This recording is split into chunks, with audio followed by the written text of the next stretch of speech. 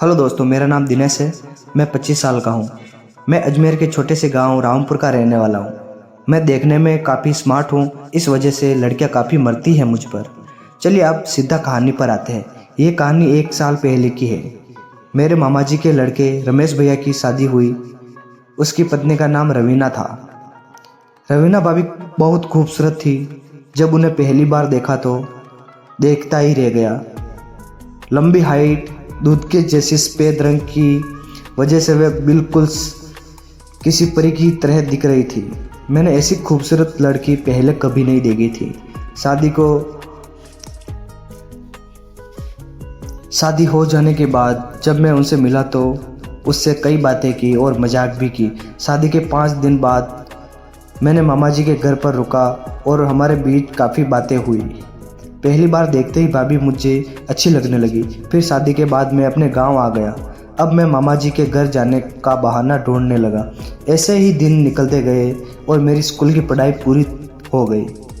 अब स्कूल की पढ़ाई पूरी करके मुझे आगे की पढ़ाई के लिए शहर जाना था। मेरे घर वाले थोड़े कम पढ़े लिखे थे। इसी का फ़ायदा उठाते हुए मैंने पापा से कहा कि मामा जी के शहर में अच्छा कॉलेज है। तो मेरे पापा जी ने मामा जी से मेरे कॉलेज से पढ़ाई की बात की।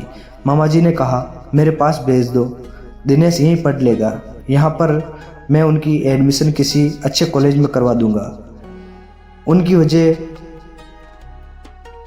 उनकी ये बात सुनकर मैं काफ़ी खुश हो गया। मैं आगे की पढ़ाई के लिए शहर में मामा जी के पास चला गया। रमेश भैया मुझे बस स्टैंड से पिकअप करके घर ले गए। मामा जी के घर जाते ही मैं सभी से मिलकर बैठकर सबसे बातें की और भाभी से भी मिला और उन्हें देखते ही मैं खुश हो गया। 5 फीट हाइट और वे बहुत खूबसूरत लग रही थी। मैंने ठान लिया था कि कैसे भी करके भाभी को उसके लिए राज़ी करना है। उधर भाभी ने भी मुझे प्यार से देखा और मेरा वेलकम किया। धीरे धीरे भाभी के करीब होता गया। दिन भर उनके पास बैठकर बातें करते हैं, हंसी मजाक करता था। भाभी भी खिलाकर हंस दी और मुझे मजाक मस्ती कर दी। हमारे बीच इतना अधिक अपनापन हो गया था कि मैं कभी कभी बातों बातों में उनसे हर तरह का मजाक कर लेता था। वे मुझे आंख निकाल कर देखती रहती और नकली गुस्सा दिखाती है। मजाक मजाक में उन्हें इधर उधर छूता रहता था और यहाँ हमारा रोज़ का रूटीन हो गया था। कुछ दिन बाद वह मायके चली गई। मैं भाई के फ़ोन से उनका नंबर निकालकर उन्हें फ़ोन किया और धीरे धीरे हमारी बातें होने लगी। हम दोनों में मजाक मस्ती फिर से चलने लगी। उनको भी मुझसे बात करने में मज़ा आता था तो वे भी बातें करती थी। हम एक दूसरे को अच्छे से समझने लगे।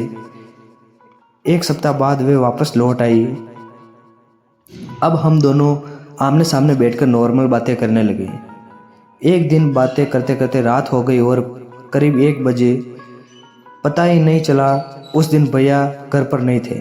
उनका बाहर का काम ज़्यादा रहता था क्योंकि वे ट्रक चलाते थे।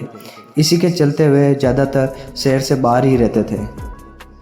जिस रूम में हम दोनों थे उसमें परिवार के 1-2 लोग और भी सो रहे थे, जिसके कारण लाइट बंद थी। मैंने धीरे से चुटकी काटी और भाभी ने कोई एतराज़ नहीं जताया। पर कमाल की बात यह थी कि भाभी ने इतना हो जाने पर भी जरा सा भी विरोध नहीं किया।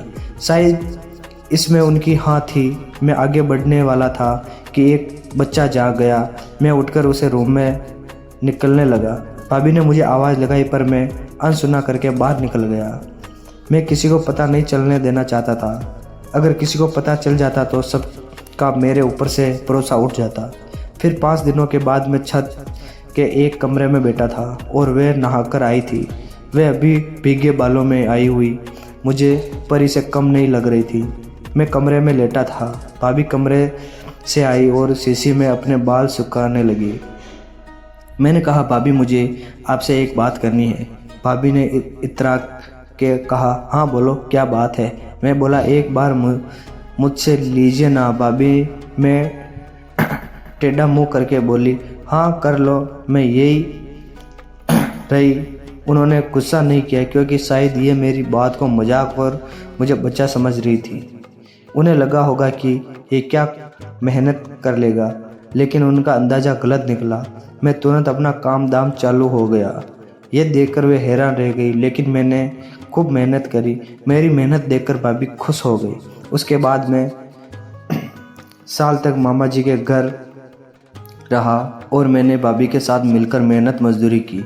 एक दिन शाम को हम लोग इकट्ठे बातें कर रहे थे, तभी अचानक भाभी ने कहा कि किशोर की शादी मेरे चाचा जी की छोटी लड़की से करवा देते। ये बात सुनकर मैं शर्मा गया, लेकिन मामा जी को ये बात अच्छी लगी, इसलिए उन्होंने मेरे पिताजी से बात करी।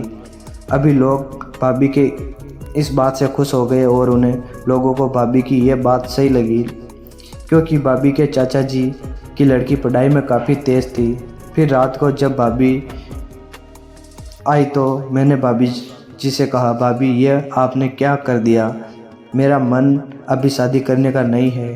तो भाभी ने मुझे समझाया कि मेरे चाचा जी की लड़की काफ़ी खूबसूरत है और समझदार है, ऐसी लड़की तुम्हें फिर कभी नहीं मिलेगी। तो मैं भी उनकी बात को मान गया और कुछ महीने में हमारी शादी हो गई। तो दोस्तों, ये थी आज की कहानी। आपको कहानी कैसी लगी कमेंट करके ज़रूर बताइए। वीडियो अच्छी लगी तो लाइक शेयर सब्सक्राइब ज़रूर करें। धन्यवाद।